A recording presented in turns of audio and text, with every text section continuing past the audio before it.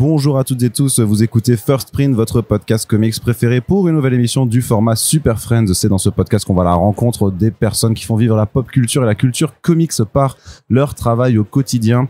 Et on a le plaisir d'accueillir une nouvelle fois dans ce podcast le talentueux Pepe Larraz, invité des éditions Panini Comics pour l'édition 2025 du FIBD. L'occasion de revenir sur les derniers travaux qu'il a pu accomplir depuis la dernière fois qu'on s'était parlé. Au moins, c'est-à-dire Blood Hunt en particulier et le prochain relaunch de Amazing Spider-Man qu'on attend avec beaucoup d'impatience. Une fois le générique lancé, ce podcast vous sera proposé en anglais. Très bonne écoute à vous.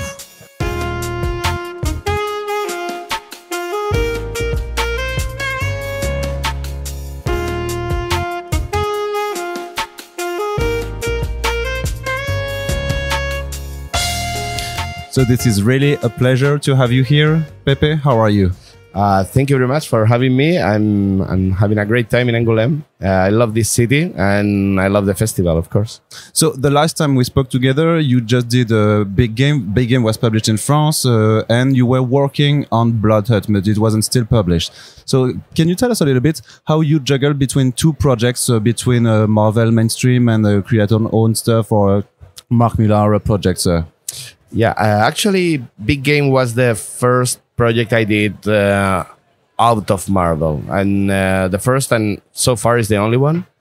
And it was fun because Mark Millar just wrote me in 2018, 1 week after I signed my exclusive contract with Marvel again. So he wrote to me like, "Hey, let's do something together." And I say, "Hey, you arrived 1 week too late." And he's a super nice guy, and he waited for me. He was sending emails to me like, "Okay, are you ready to do something now? How is your contract going?" Blah blah blah. And I think I should told you the last time that I had a daughter coming, so I wanted to find a project that gave me a bit more of time. And that's why I talked with Mark about doing Big Game, because Big Game has a more relaxed schedule than a regular Marvel series. So Marvel was super nice and let me go for a year. So we did Big Game. It was like 8 weeks per issue. It was more relaxed, so it allowed me to be more present at home during that first year of fatherhood. And then when Big Game was finished, I went back. I resumed my contract with Marvel. So they want me to do this event called Blood Hunt. And at the beginning, I was asking for more like a mini series or something like that, and they gave me this event with Jet McKay, which is fantastic. And suddenly, I was coming from drawing all the characters in the Millerverse, and then I started drawing all the characters in Marvel again in a summer event. So yeah, it was like, okay, I'm drawing a lot of people again. Yeah. Is it daunting to you to draw so many people and so many panels in which they are, and especially because you have a vampire invasion? There are so many crowded scenes to draw. Yeah. It takes some skills that you have to develop when you draw a series with so many characters. I had to develop very early in my career because I started doing events in, I think it was 2018 or something like that, with Avengers No Surrender. Then I did I think it was Termination, then House of X, then X of Swords, then so I did a lot of them. So this kind of skills you need. I mean, how to compose a panel with a lot of characters, and all of them should be doing something, and which one you want to highlight, which one you want to put in the background, but you are going to direct the attention to the background at some point, blah, blah, blah. So these things you develop. But what is interesting in every project is you have to find the tone for that project. And specifically in Blood Hunt, we wanted to go to terror, horror, and that kind of stuff. So I think it's very difficult to make terror in a superhero book, because terror has to do with what you don't see, what you can't see, what you don't have a full grip of what is outside, So that's why I decided to make all the vampires like silhouettes, like a vaporous silhouettes, a shadowy with glowing eyes. It was, of course, because of the time. Like, I have to do a lot of characters and full scenes full of vampires, thousands of vampires, because they behave more like zombies than vampires. But at the same time, I wanted to not to give you a full look of the vampires, so you don't have a full look in any moment. So it's this skating. I don't know if that's pronounced well, but you're not completely comfortable with that. It's like you never know how the shape they have. And that's why I did it, and that helped me to find the tone of the book. I mean, more shadows, more dark, and Marte Gracia did a fantastic job with the colors because he understood that mood and he tried to enhance that with the colors. And I think it's one of our darkest books so far. And yeah, people bloodiest book so far. It's very bloody. Yes, and also you did Big Game before, which was also kind of bloody. So yeah, I think Big Game were even more explicit at some point. Not always, but yeah, she has some of the most explicit, gruesome scenes I ever done in my life. And I remember when I did that scene in particular, you're thinking of, with the shot. I wanted people to turn the page and to react like what. I was looking for that reaction in Big Game with the red band pages, which I think we are going to talk about that. Yeah. After the red band, yeah. Okay. So with the red band pages, we look for turn up the volume in terms of age and in terms of the gore. The explicit violence. Yeah, the explicit violence we allow ourselves to show. And people think that we draw the explicit versions and then we censor that. Actually, it was the other way around. We draw the regular version, and then we decided in which cases we want to add something. To tell the story in a different way. Okay, so we had these meetings and say, okay, we're going to do this and that scenes. They're going to be red band. So, but they left me pretty free to do that. It's like, okay, this is going to be red band. Do whatever you want. So it's like it was Marvel who told you you're going to do these two versions. Yes. Okay. Yeah, it was one of the most appealing parts of that book. Was exactly that. Was like we are going to have two versions, and one is only available in the comic book shops, which I think was a really good idea because brought people back to the shops. So at some point, it was very encouraging being let so free with those scenes. Like, okay, do whatever you want. But at some point, I had like a double spread of one character full life. I decided we need to add a double page telling the story of this character, the bad guy, and all the not the script because Jet McCabe added the dialogues on those pages, but the script of that pages are mine. Oh. So I did all the. I imagine what I read the story of the character and I planned the panels, but without any script. It was everything was me. Okay, this is my first writer job in Marvel. It's a start. Yeah. Is it something you'd like to do more? This type of horror superheroes or just horror in general? Well, I think it's nice to have the chance to try other things. I mean, superheroes are great as a genre, but I think we need to talk about more things, not just superhero problems and how the world is in danger, blah blah blah. Those books should tell you about other things, and to try other genre, other aesthetics is good for me as an artist because it forces me to develop new resources. I mean, every book I've done forced me to learn something. It was like, okay, when I did House of X, I had to create all the Krakowan architecture, and that took me some digging and understanding of the contemporary architecture, so I could create something from that.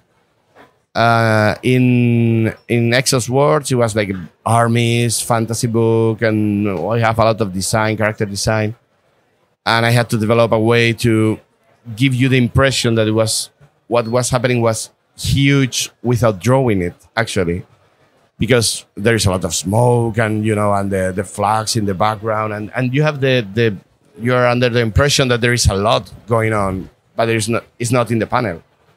So I had to develop that way to convey that image of enormity. Big Game was different because I had to learn how to draw those characters that only have one version in most of the cases, and one version drawn by the best artist ever. So it was like, okay, you have to draw, I don't know, the Magic Order. It's like, okay, do I have references? Yes, it's Coipel, Limonen, and Gigi Cavenago, and Dick Ruan. It's like, okay, thank you, no pressure. Or Chrononauts, yeah, you have some Mafia and Eric Canet. It's like, so you have to draw after those guys, which I deeply admire, and which I learn from. And then you have to give your version, and your version has to be up to the same level. And it was like, okay, let's do this. And in this one, it was the horror thing. So we have to explore the limits of horror. Like, okay, it's not just about blood and guts and all that kind of stuff. But I wanted to translate other feelings, like the that darkness, that the slight transformation of Blade across the book. So that kind of stuff I wanted to be very focused on. Yeah, you get this scene where Miles Morales transforms, which is really like classic horror. You got the full page of his face, like that. Yeah, we have that as well. At some point, we reached the limits of what Marvel could do, which I learned that there was, at the beginning they told me, no, there is no line, there's no limit, do whatever you want. And then I started proposing things and they say, you know what? Yeah, there's a line. But it's quite bizarre because the red band is sold on the basis that this is no holds barred, that we're going full on gore and horror, and Marvel has a history also of doing adult label like Max. So I was really wondering why you would go on the red band on two version of the comic books, even if I understand the marketing and exclusive for comic shops maneuvering, which is important also, but still you're still doing two versions of the same story, where you could just go for the full violent stuff, just label it M for mature, or just do a new Max imprint. But they didn't go for that, and I wanted to know what you think about all of this. I think it could. I mean, the perfect thing for me, it would have been that the red band and the regular version, they have different finals. That would have been great, I mean, and for the first issue, it's kind of, because the way one character dies is absolutely different from the regular and the normal. It has the implications are not the same. It was like giving you the impression that they were different. It was different told, and the full scene was different, and the tone was different. But more or less, what was happening was the same. I prefer the red band version because it's more complex. I mean, there's more information in that. You have more pages, and I think it's more spectacular. But at the same time, I understand it's not for everyone. At some point, I proposed to, it was Blade, in being like, there was like an army of vampires adore him in a splash page I did. And I proposed Blade was feeding them with babies. And Marvel say, don't go for babies. We can't kill Tom babies. Brewer say, you know what? No, we're not doing that far. I say, no, but we are doing horror, and horror has to make you, turn away the look. It's like, oh, no, I cannot look at this. And he said, yeah, but this is a Marvel book. It's like, yeah, there is a line. It was, okay. So it was nice because we had this kind of chat about the nature of horror. Like, okay, it's not about blood. It's about something you cannot look at. And this is what I wanted to get. And this is where Marvel was, no, let's stay with the blood. Yeah. You said the word spectacular. So we have to talk about Spider-Man, obviously.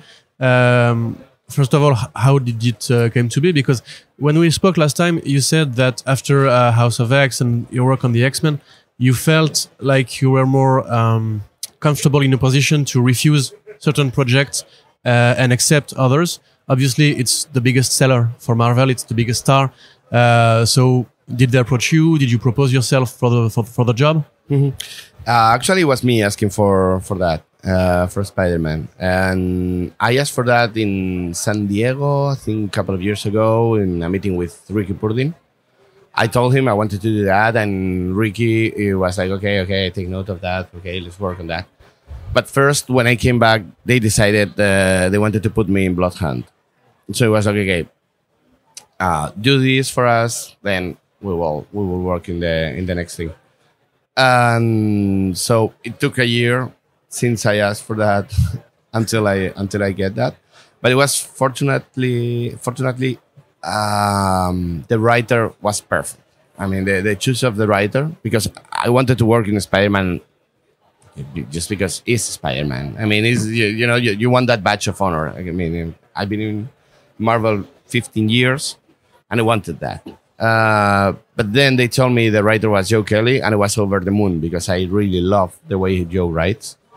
I'm a good friend of Ken Nimura that he made the Ike Giants with Joe, and then he made the Immortal Sergeant with Joe. And we met, Joe and me, we met in Madrid when they came to present the book. And I made the introduction of in a little panel we had. I was there. So I met Joe, and I think he's a beautiful human being. I mean, he's a fantastic guy. So, the fact that my friend was doing books with him, I read those books, I love those books. I was like, yeah, I want to work with this guy. And also I was a fan of, the Deadpool back in the day. And his Spider-Man stuff is fantastic. He has a way to write the regular stuff in a way that really matters. For me, the stories he tell, he find a way that story matters. I mean, it's a way to channel everyone's problems into the story. You're reading the story and it's resonating with you. And since Spider-Man, I think it goes about the problems of Peter, not so much the problems of Spider-Man. Of course, the problems of Spider-Man, they are important, but it's Spider-Man saving the city, blah, blah, blah. We have this kind of adventure. But what really matters is Peter's life and Peter's problems. And the way that Joe's writes Peter's life, I really like. Yeah, the voice he has for Peter, I think it's really fun, and at the same time, is very honest. So yeah, I like that. Do you think you're going to change maybe some things about your style? Because when we look at Humberto Ramos or Mark Bagley or Ryan Otley also, you have these deformations, when he slides, it's a really like acrobatic character. Is it something like maybe, because you have like realistic structures, do you feel like maybe the way you draw is going to evolve with the series? Yes, it has changed, actually. When I was doing the last issue of Bloodhound, I tried to do something that was in my mind for some time. It was not inking, just cleaning the pencils. And there is some pages in the last issue of Bloodhound where you can see, well, maybe you cannot notice, but it's pencil. It's the first pencil I did, but clean in a way that looks like inked. So it was more painterly approach to the drawing.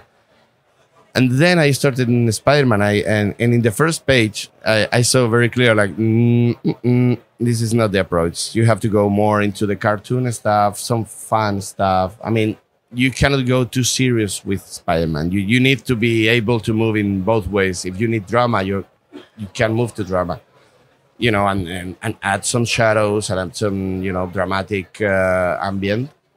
But then you have to be able to move towards fun stuff, more relaxed. And that's why I came back to traditional inking, well, traditional digital, but pencil and then inking and blah, blah, blah, because the line for me has some kind of it's more, how do you say, amable. It's more like gentle, that the painty stuff that can be more rough. or more realistic. So I think there is a more cartoony approach to my art in this title, and I hope you can see it too. Do you exchange with John Romita Jr. on the book? Yes. He's also there, by the way. Yesterday we had a dinner together. We were talking about that. It's a school of comics walking on two legs. That guy. I mean, every conversation you have with him, you are gonna learn something. I mean, he's really wise, and he's at the same time he has worked with everyone. So he knows this job top to bottom. And what I find inspiring about him is that he's been his whole life drawing comics, and he's still drawing comics with the same passion he had at the beginning. You know, he's never. You cannot see the kind of fade in the passion you expect in a person that has been doing the same job for 40 years or whatever. It's like, oh yeah, this enchantment, this very attitude, like, yes, same shit again. He doesn't have that. He's like, he loves that every time. So it's really inspiring because yesterday we were talking about the amount of hours he works a day today. And he was like, wow, he really likes, drawing more than being anywhere else. So it's amazing to be following his steps. So how does it function? Because you are drawing issues separately, or is he doing like backups from a main story? And how does it affect also the way that you have to prepare the scripts for the parts that you don't draw, but that still might have an impact on the global story? Yeah, the thing is, like, I don't want to reveal too much before Marvel does, because I can be, I like to talk, and I like to talk a lot. So I don't want to be revealing anything that Marvel hasn't revealed yet, because I think it could be a mistake from my part, because probably they are saving that kind of information for a specific moment. So what I can do is, like, both we're going to be in the series, and the script is going to be adapted to that. And this is all I can say by now. Do you see yourself staying on this title for a while? I'm staying in this title. Yes. No, but like for a year, 2 years, or is it something you want to do for the long time? We have a couple of arcs just lined up, and I have a call this week with Joe to discuss what we're going to do after that. So yeah, I'm here for a long time. I hope. Yes. So, like Corentin said before, Amazing Spider-Man is a flagship title, which with a lot of scrutiny, and it's heavily known also to be really. There's a lot of critics sometimes for some points. Do you feel that kind of pressure that you might be the next target? I'm already the next target. No, not me. But yeah, there's a lot of talk about. I'm learning that the fandom of Spider-Man is quite exigent and maybe not happy with the direction of the book, or at least maybe it's a minority, but it's making a lot of noise on Twitter. But the last years have been rough. On the title. No. I mean, not on an artistic plan background. I mean, the writing has been like Arnaud said, really demanding for the writers. And we felt like there was a lot of productivity that was imposed on the scripts. So most fans weren't happy with that, I don't know. Is this the everlasting dilemma between you give the fans what the fans want, or you give the character what the character needs, or the direction that you think the character needs to go? I mean, if you get to draw or if you get to write Spider-Man, it's because what you have done. Is because the editorial staff is trusting you to take that direction. And I don't think it should be something that we don't do this to just give the people what they want, but to move the characters forward. I'm not saying forward away from this or towards that, but in a new direction that can connect with the problems of other people or different problems, or just test the character against other situations, because if not, you're living in this cycle, everlasting cycle. So this is a problem. Fortunately I don't have, because I don't write. But I think it's a complicated problem. It's a complicated dilemma. So I have let's say I'm happy to not be in the position of taking those decisions. Yeah, I'm happy to be working with Joe, and I think the direction that Joe is taking in that book, I really like it. I mean, the way he's writing the characters and the way he's presenting the problems in a way that I can relate to them, and you and everyone else can relate to them. I think it's really interesting. All right. Well, we'll be looking forward to that in a few months. And I think we'll speak about Amazing Spider-Man the next time we meet. Oh, yeah. Me too. Thank you very much for your time, Pepe. Thank you.